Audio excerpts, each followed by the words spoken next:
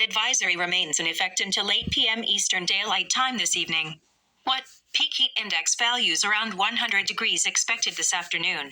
Where? Portions of north central, northeast, and northwest Ohio and northwest Pennsylvania. When? Until 8 p.m. Eastern Daylight Time this evening. Impacts. Hot temperatures and high humidity may cause heat illnesses. The prolonged nature of the heat may increase heat stress with time. Drink plenty of fluids. Stay in an air-conditioned room. Stay out of the sun. And check up on relatives and neighbors.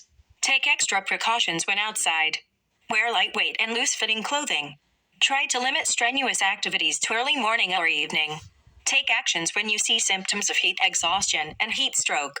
To reduce risk during outdoor work, the Occupational Safety and Health Administration recommends scheduling frequent rest breaks in shaded or air-conditioned environments. Anyone overcome by heat should be moved to a cool and shaded location. Heat stroke is an emergency.